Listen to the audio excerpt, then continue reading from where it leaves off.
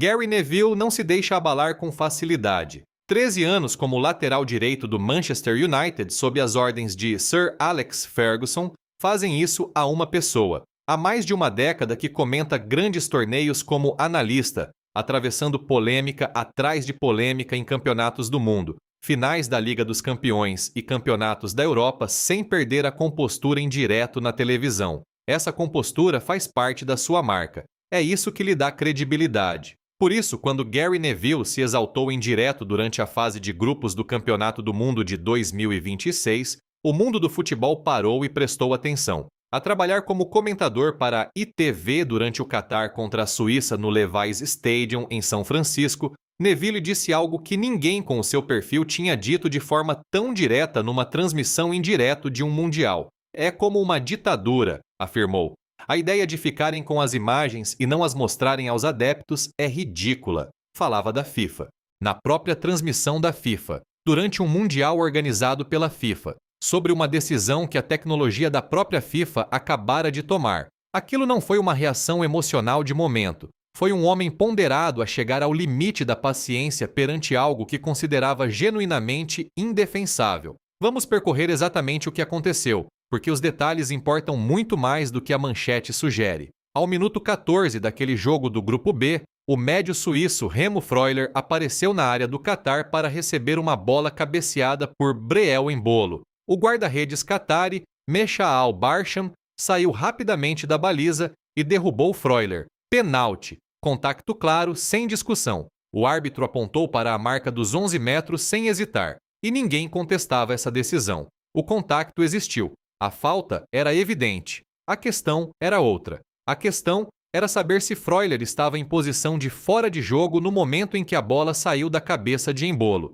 De todos os ângulos disponíveis para a ITV, para os espectadores em casa e para os profissionais experientes sentados no estúdio, parecia que o pé de Freuler estava para lá do último defesa catari quando a bola foi jogada. Não por uma margem mínima. Não daquela forma frustrante em que se olha para uma imagem parada durante 30 segundos e ainda assim não se consegue decidir. Era visível. Claro, vários profissionais do futebol, a verem a jogada em direto, concordaram naquele momento que Remo Freuler parecia estar em posição irregular. O VAR analisou. O VAR confirmou o penalti. E depois a transmissão seguiu em frente sem nunca mostrar o gráfico semiautomático do fora de jogo. Essa animação tridimensional, essas linhas precisas traçadas sobre a imagem congelada para provar exatamente onde estava cada parte relevante do corpo dos jogadores no momento crítico, essa prova visual que toda a tecnologia tinha sido concebida para produzir e mostrar, simplesmente não apareceu, nem depois de uma breve demora, nem depois de uma pausa técnica. Não foi mostrada, de todo. O apresentador da ITV, Mark Polgat, colocou a pergunta que todos os espectadores tinham em mente. Por que razão não tinham visto as linhas do fora de jogo semiautomático? A resposta de Neville tornou-se o vídeo do dia em todas as plataformas de futebol. Todos nós aqui pensamos isso, disse. Todos em casa pensam isso. A FIFA é a emissora anfitriã e tem a decisão semiautomática que nos pode mostrar. Há uma enorme questão em torno disso, porque aos meus olhos é fora de jogo até que me provem o contrário. Por que é que continuamos sem ver uma prova conclusiva? Ian Wright foi ainda mais direto. Por que é que não vimos isso? Sabe uma coisa, na verdade nem sequer precisamos de ver. Vemos isso na Premier League todas as semanas. Ele parece estar fora de jogo. Eu simplesmente não consigo compreender. Eles fazem o que querem. Estão sentados no escritório. É escandaloso. Duncan Ferguson e Polgat concordavam visivelmente. Depois, a FIFA emitiu um comunicado. Chamou-lhe uma breve falha técnica. Segundo a organização, o gráfico de animação no local não foi gerado. O fluxo de trabalho do VAR não foi afetado. As linhas usadas pelo VAR para verificar as posições dos jogadores não mostravam que o jogador atacante estivesse em posição de fora de jogo. Em essência, confiem em nós. Verificamos. Estava tudo bem. Apenas não podem ver a prova porque ocorreu um problema técnico precisamente no momento em que essa prova teria resolvido a questão. Numa era em que cada decisão de um campeonato do mundo deveria ser transparente, em que a tecnologia semiautomática do fora de jogo foi introduzida precisamente para fornecer uma prova visual clara, verificável e compreensível de que a tecnologia tomou a decisão correta, em que toda a justificação para a existência do VAR a este nível assenta na eliminação da controvérsia através de provas e não de afirmações, a FIFA disse ao mundo que simplesmente acreditasse na sua palavra. A organização que controla a tecnologia, controla a transmissão e controla as imagens pediu confiança enquanto retinha a única coisa que tornaria essa confiança desnecessária. A palavra usada por Neville, ditadura, foi precisa, não dramática, não exagerada. Foi a descrição de uma dinâmica específica. Quando a instituição que controla a prova também controla a decisão e também controla o que o público pode ver e escolhe não divulgar as imagens que resolveriam a dúvida, há uma palavra para isso. Não começa por T e não é transparência. Mas o Catar contra a Suíça não foi a única polêmica dessa mesma tarde. Porque enquanto Neville falava em direto na ITV, em São Francisco, uma disputa completamente separada e igualmente furiosa estava a formar-se em Foxborough, Massachusetts. Haiti contra a Escócia, 1-0. O resultado diz muito pouco sobre o jogo. O Haiti não disputava um campeonato do mundo desde 1974, 52 anos no deserto. Qualificou-se para este torneio contra enormes probabilidades, enquanto o seu país continua mergulhado numa crise que a maioria dos norte-americanos teria dificuldade em compreender plenamente. Os seus adeptos, muitos dos quais queriam desesperadamente ver a seleção nacional competir num mundial realizado em parte nos Estados Unidos, não puderam assistir à maioria dos jogos, porque as restrições de viagem impostas pelo governo dos Estados Unidos a partir do Haiti continuavam em vigor durante o torneio. Os adeptos haitianos ficaram, na prática, impedidos de ver a sua própria equipa ao vivo. O Haiti defrontou a Escócia numa estreia do Grupo C que se transformou num ponto de ebulição para todas as queixas sobre a forma como as nações mais pequenas são tratadas pelas estruturas de arbitragem do futebol. A Escócia venceu graças a um golo desviado de John McGinn ao minuto 28. Essa não é a história. A história está no que não foi assinalado. O momento mais discutido chegou ao minuto 79, quando Jean-Hickner Bellegarde, do Haiti, disparou de fora da área e a bola pareceu atingir a mão do defesa escocês Grant Hanley dentro da área. Os jogadores haitianos protestaram de forma insistente. Nem o árbitro, Mustafa Gorbal, nem o VAR intervieram. O lance foi mandado seguir. O protesto foi ignorado. Não foi recomendada qualquer revisão. Depois, já bem dentro do tempo de compensação, o médio escocês Kenny McLean recebeu um cartão amarelo por uma entrada alta sobre o jogador haitiano Josué Casimir. As repetições pareciam mostrar a bota de McLean a atingir a zona acima do joelho. Vários observadores a acompanhar o jogo em várias línguas descreveram a entrada como pitons à frente na zona do joelho, o tipo de lance que abre uma ferida e exige assistência médica no relvado. A expressão usada pelos sistemas de dados do jogo foi jogo faltoso grave. É uma terminologia específica. Jogo faltoso grave não significa uma entrada desajeitada. Significa uma ação que colocou em risco a integridade física de um adversário. O argumento que se espalhou pelas redes sociais de futebol em espanhol, árabe e inglês era simples. Aquela entrada era cartão vermelho direto. O VAR, com os poderes alargados neste torneio, que agora incluem a possibilidade de rever condutas violentas, deveria ter intervindo. Não interveio. Duas possíveis grandes penalidades a favor do Haiti também foram amplamente discutidas por quem viu o jogo com atenção. O selecionador haitiano, Sébastien Mignet, disse depois da partida que a sua equipa tinha jogado a um nível extremamente elevado. O cruzamento de Ruben Providence para Wilson Isidore, ao minuto 74, esteve perto de dar o empate. O Haiti pressionou, o Haiti competiu e nos minutos finais, 2 jogadores escoceses foram advertidos por jogo faltoso grave, enquanto a entrada mais perigosa de todas recebeu apenas um cartão amarelo. A FIFA ainda não se tinha pronunciado sobre a arbitragem no dia seguinte e não tinha sido apresentada qualquer queixa formal, mas a conversa já tinha ganhado vida própria, amplificada pelo facto de ter acontecido no mesmo dia do incidente entre Catar e Suíça.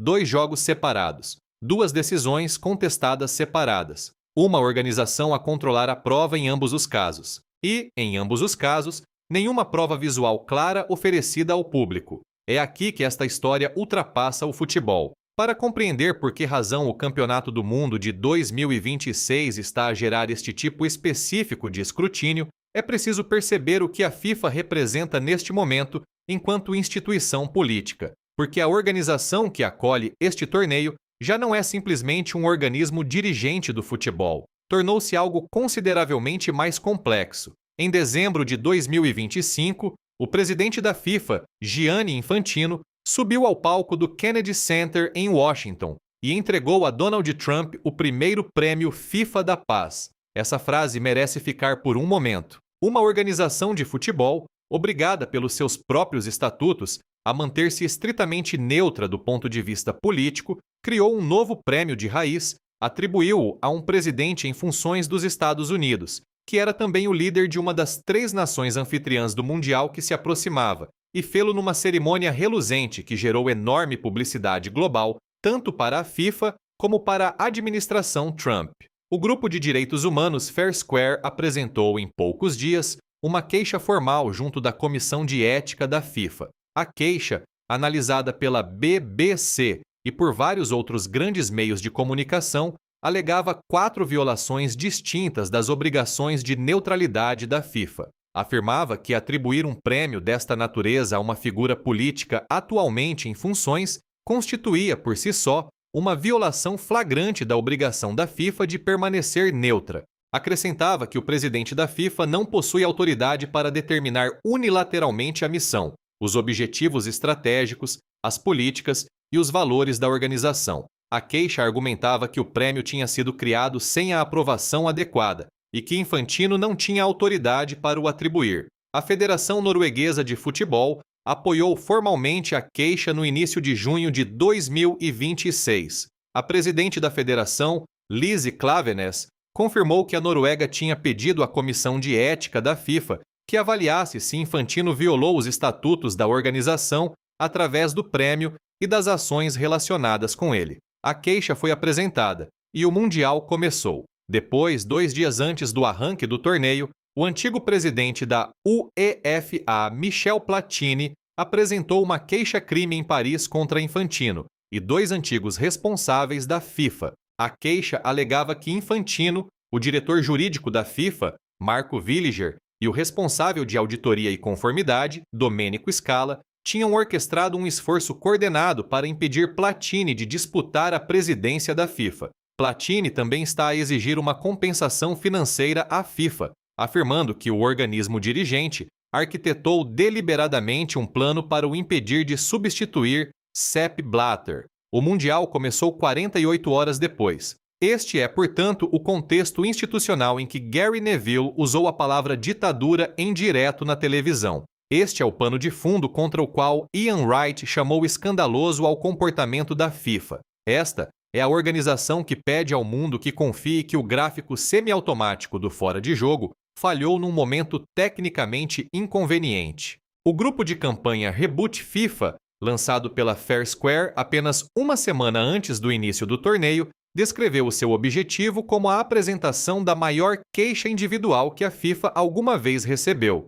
O Conselho Consultivo inclui ativistas e autores ligados ao futebol. A queixa que visa a conduta de Infantino seria remetida para a Comissão de Ética da FIFA depois do Mundial. Antes de a primeira bola rolar, já existia um esforço internacional coordenado para responsabilizar a liderança da FIFA através das suas próprias estruturas de governação. A FIFA alargou significativamente os poderes do VAR para este torneio. Os cantos passam a estar sujeitos à revisão do VAR pela primeira vez. Os segundos cartões amarelos podem agora ser revistos. As faltas em lances de bola parada, que ocorrem imediatamente antes de a bola ser jogada, o tipo de infração que originou anos de controvérsia nas competições de clubes, entram agora no âmbito do VAR.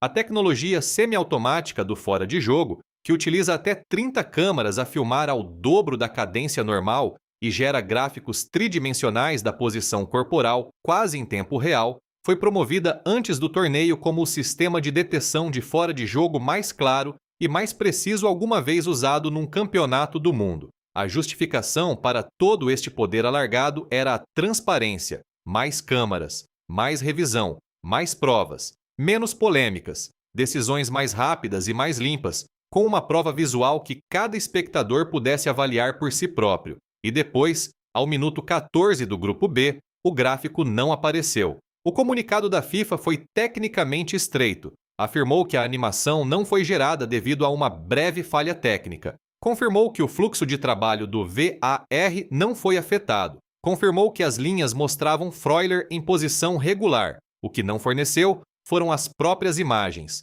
nem o gráfico, nem os ângulos de câmara em bruto, nem o fotograma específico com as linhas traçadas. Nada que permitisse a um analista independente, a um comentador televisivo ou a um espectador comum verificar a afirmação. Apenas um comunicado. Compare-se isso com a forma como a Premier League trata decisões contestadas do VAR durante a época regular, em que as linhas semiautomáticas aparecem no ecrã segundos depois de a revisão estar concluída, em que comentadores de diferentes canais veem todos o mesmo gráfico em simultâneo, em que a prova é a conclusão. Esse sistema foi criado precisamente porque pedir ao público que confiasse na autoridade sem provas tinha falhado repetidamente. A prova visual era o ponto essencial. No Campeonato do Mundo de 2026, a equipa de transmissão anfitriã da FIFA escolheu não emitir essa prova, e a explicação da FIFA para o facto de ela não poder ser mostrada foi a ocorrência de um problema técnico,